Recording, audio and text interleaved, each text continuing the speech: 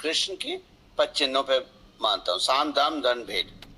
लेकिन 2014 के बाद क्या हुआ? दादरी कांड, रोहित वेमुला कांड, उसके बाद बहुत सारे बीच में कांड, फिर रेप्स, फिर आपका सीए, फिर एनआरसी, फिर फार्म्स लॉ, फिर दुनिया भर का और आज अडानी को लेके बैठे हैं।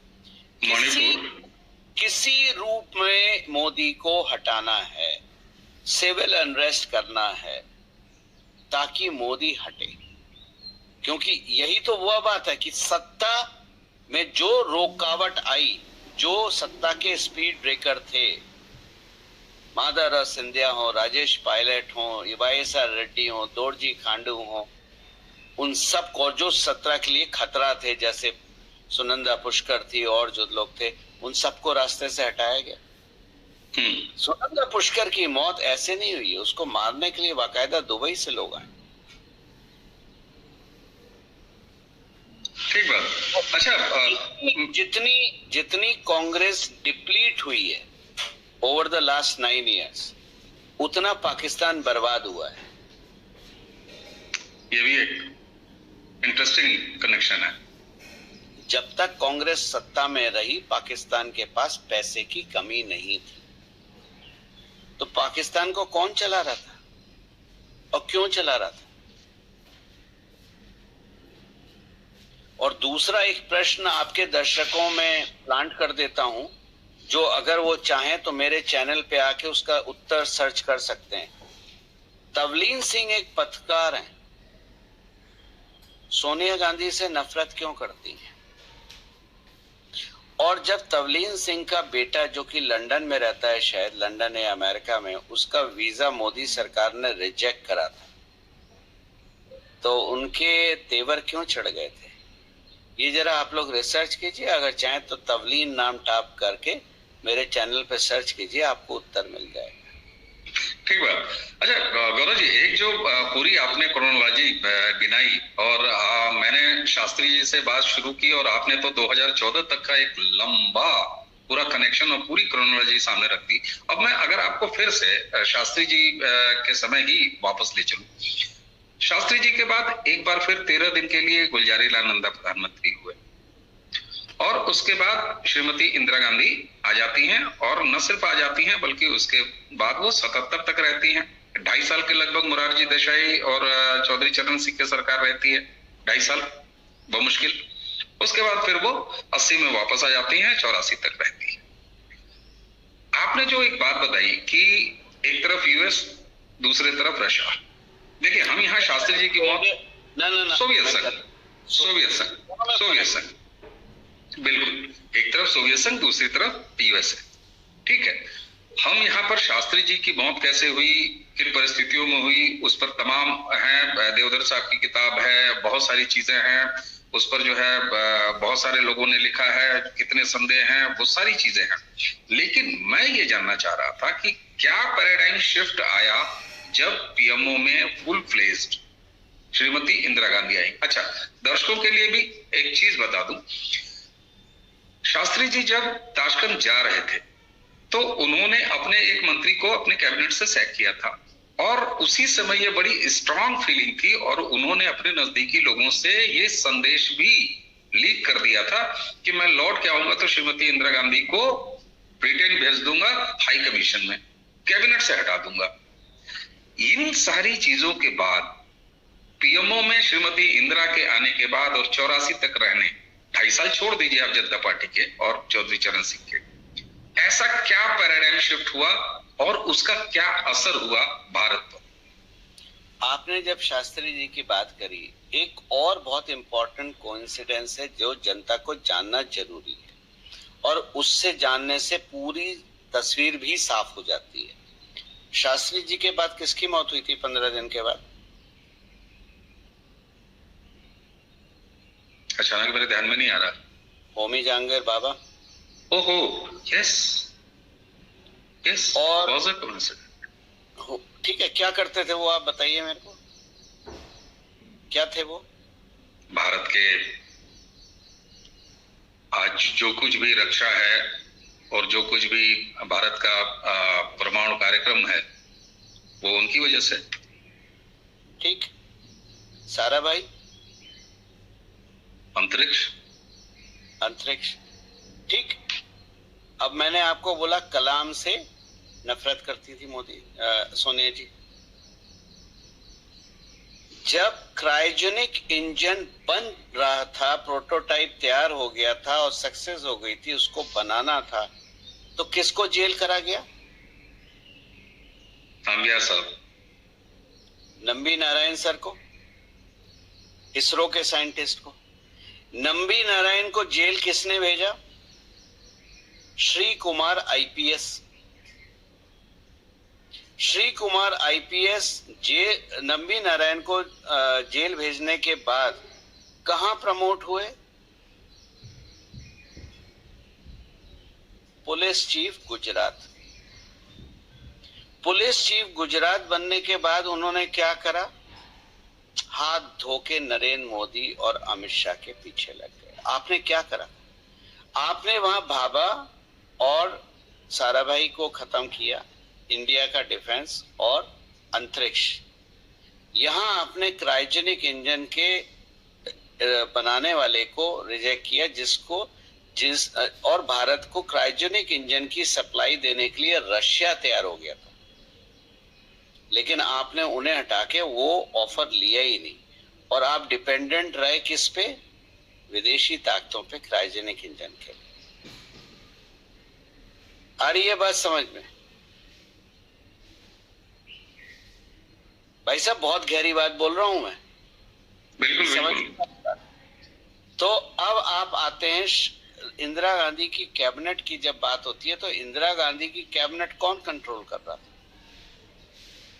जो भी मंत्री थे इंदिरा गांधी, क्योंकि इंदिरा गांधी के बारे में बोला जाता है गूंगी गुड़िया, लेकिन उनकी छवि बनाई गई आयरन लेडी की। सैम मानेकशॉ अगर अब मजबूत नहीं होते तो इंदिरा गांधी तो बांग्लादेश लड़ाई लड़ने की हैसियत ही नहीं थी उनकी।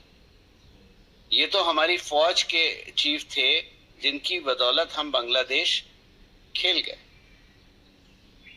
और उसके बाद क्या हुआ? उसके बाद आपने समझौता करा और पाकिस्तानी सोल्जर्स को फ्री में छोड़ दिया, अपने सोल्जर्स मांगे ही नहीं। तो 1968 फरवरी के बाद 26 मई 2014 तक भारत को कौन चला रहा था?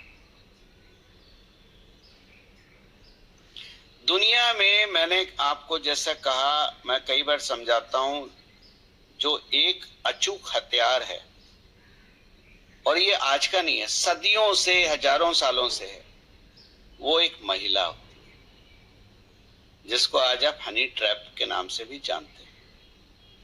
जितने भी रक्षा के केसेस हैं, चाहे इसरो साइंटिस्ट हो, चाहे फौज के हो, चाहे नेवी के हो, अफसर जो पकड़े जाते हैं, सब हनी ट्रैप में होते हैं ना। सबके पीछे एक महिला का ही हाथ होता है ना। तो भाई साहब मेरे को ये बात बता दीजिए, फरवरी 1968 से 26 मई 2014 तक भारत को चला कौन रहा था? भारत को चला रहा था सीआईए, और सीआईए का जो घोड़ा है उसका नाम है आईएसआई। आपने जहां सत्ता बदली, आपने जहां पीएमओ को फूल प्रूफ करा, जहां से अब कोई जानकारी लीक नहीं होती, ऐसा करते ही पाकिस्तान के हाथ में कटोरा आ गया और आईएसआई की कोई मान्यता नहीं रही, और पाक फौज आपस में लड़ रही है।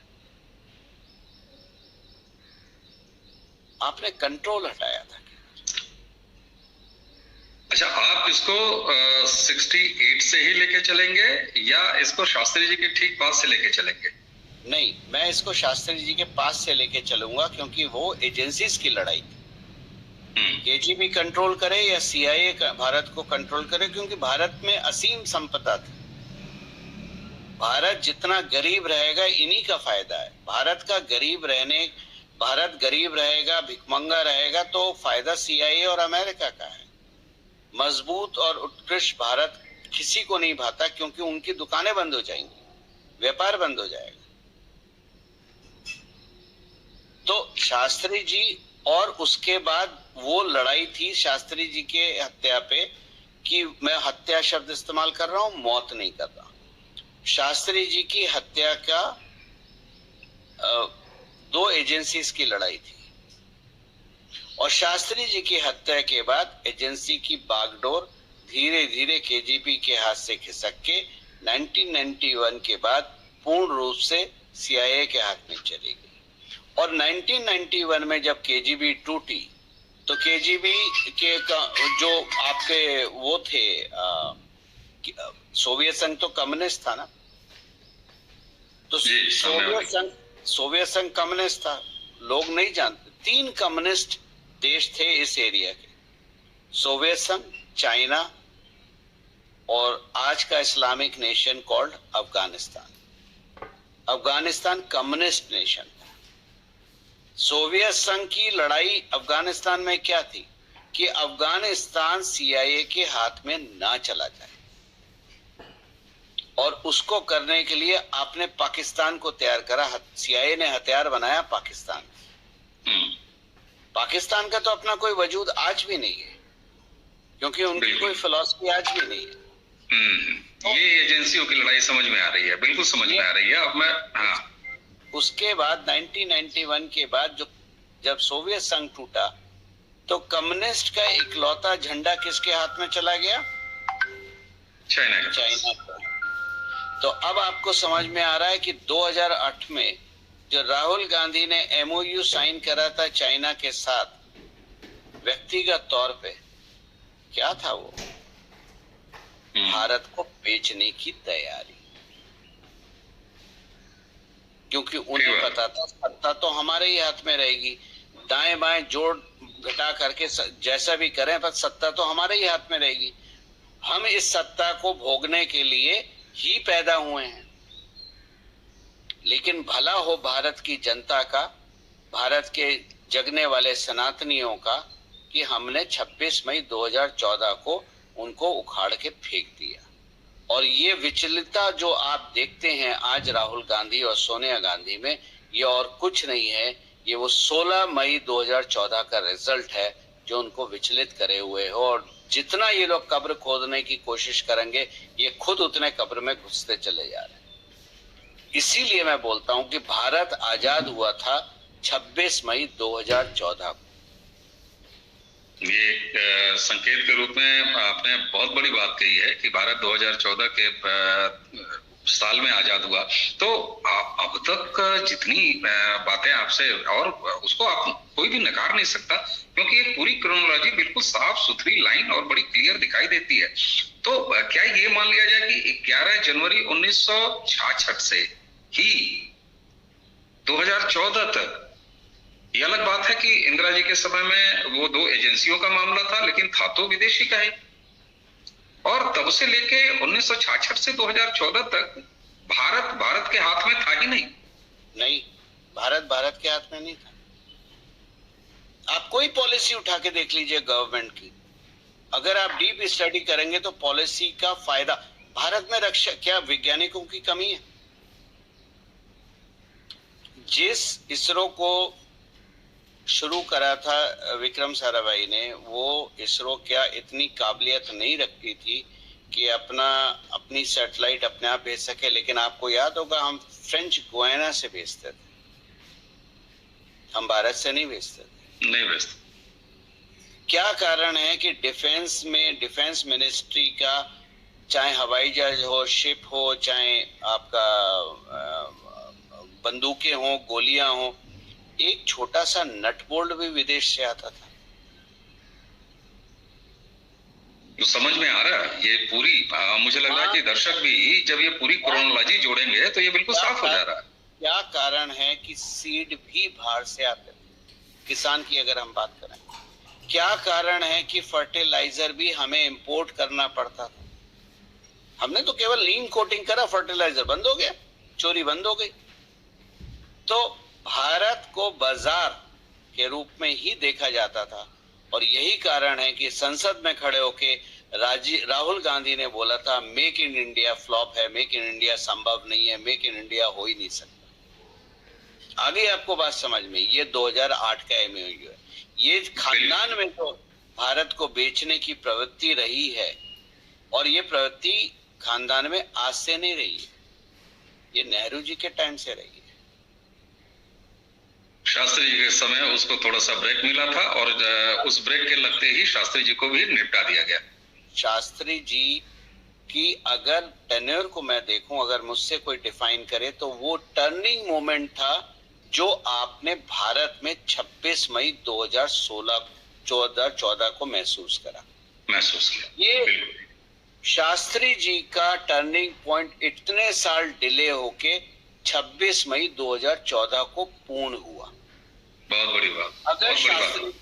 अगर शास्त्री जी की डेथ नहीं होती तो आज का भारत कुछ और होता, और अगर कॉन्स्टिट्यूएंट असेंबली का रिजल्ट माना जाता तो 15 अगस्त 1947 को सरदार पटेल प्रधानमंत्री होते, और अगर असली में गांधी जी ने टांग ना अड़ाई होती तो भारत 1943 में आजाद होता और श्री सुभाष चंद्र बोस भारत के प्रथम प्रधानमंत्री होते।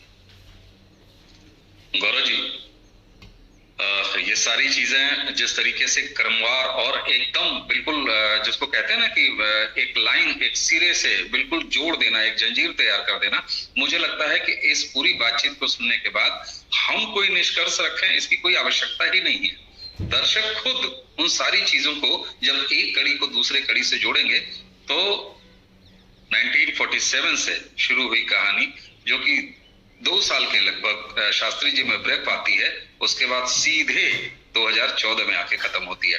गौरव जी, ये एक ऐसा एंगल था, मुझे लगता है कि दर्शकों को बहुत सारी चीजें इस चर्चा को सुनने के बाद बुनने और बुनने के लिए एक जमीन तैयार करेगी, और उनकी खुद की अपनी एक बिल्कुल खुद का सोचा, खुद की एक समझ कायम होगी। हमने और आपने इस चर्चा में केवल उनके बिंदु दे दिए हैं, जैसे कहते हैं ना, डॉट्स आपने खींच दिए हैं। अगर उस डॉट्स को, सारे डॉट्स को कवर किया जाएगा तो दर्शक बहुत आराम से आपकी कही गई बात को वास्तविक रूप से न सिर्फ समझ पाएंगे बल्कि उसका मिलान भी भारत की टेम्पलेट से कर पाएंगे, और तब पता लगेगा कि 2014 में अगर भारत में राष्ट्रीय स्तर पर सत्ता परिवर्तन नहीं होता तो आज भारत कहां होता। जी, आप कुछ कंक्लूड करेंगे? जी, मैंने केवल डॉट आपको दिए हैं और एक पिक्चर बना के दिखाई है, जो एक डेटा साइंटिस्ट का काम होता है, एक एज ए स्टोरी टेलर। आप खुद अपना गूगल खोलिए, रिसर्च कीजिए, जो डेट्स हैं वो रिसर्च कीजिए। अगर आपको डेट्स चाहिए तो मैं आपको डेट्स भी बता सकता हूं। आप उन डेट का क्रोनोलॉजी अगर आप समझ ले तो जैसे 11 जनवरी 1966 शास्त्री जी, 26 फरवरी 1968 सोनिया गांधी का विवाह, 31 अक्टूबर 1984, 21 मई 1991, 11 जून 2000, 30 सितंबर 2001, 27 फरवरी 2002, 2 सितंबर 2009, ये सारी डेथ डेट्स हैं। और अब आप ये डेट लेके अगर आप इनको रिसर्च करेंगे तो आप पिक्चर साफ अपनी बना सकते हैं। मैं किसी का ना भक्त हूं ना चमचा हूं, मैं डेटा पे बात करता हूं, और डेटा मेरे को ये पिक्चर दिखा रहा है कि भारत 26 मई 2014 को सही रूप में आजाद हुआ था, और उसके पिछले 9 साल में आपने वो परिवर्तन देखा है कि एक आजाद भारत क्या कर सकता है। और आज हम चंद्रयान लेके चांद पे भी पहुंच चुके हैं। बिल्कुल, और जिन डॉट्स की हम बात कर रहे थे आपने तो सारे क्रमवार से डेट्स भी गिना दिए, और मुझे उम्मीद है कि दर्शक इस बातचीत से एक अपने स्तर की समझ निश्चित रूप से बना पाएंगे। तो दर्शकों, गौरव जी को आज इस नए तरीके के एंगल से आपको हमको रूबरू कराने और एक पूरा परिदृश्य, जैसे लगता है ना कि कुछ सूत्र आपको दे दिया और गणित का पूरा सवाल हल हो गया, तो मुझे लगता है कि आज की ये चर्चा गणित के उसी फार्मूले के तहत है जिससे बहुत सारे सवाल बिल्कुल साफ साफ और 100% ईमानदारी से हल हो जाएंगे। गौरव जी, आपने हमें समय दिया और इतना गंभीर बात को इतने सहज तरीके से आपने सामने रखा, आपका बहुत बहुत धन्यवाद। तो दर्शकों, इसी के साथ आपसे विदा लेने से पहले गौरव जी को एक बार और धन्यवाद देते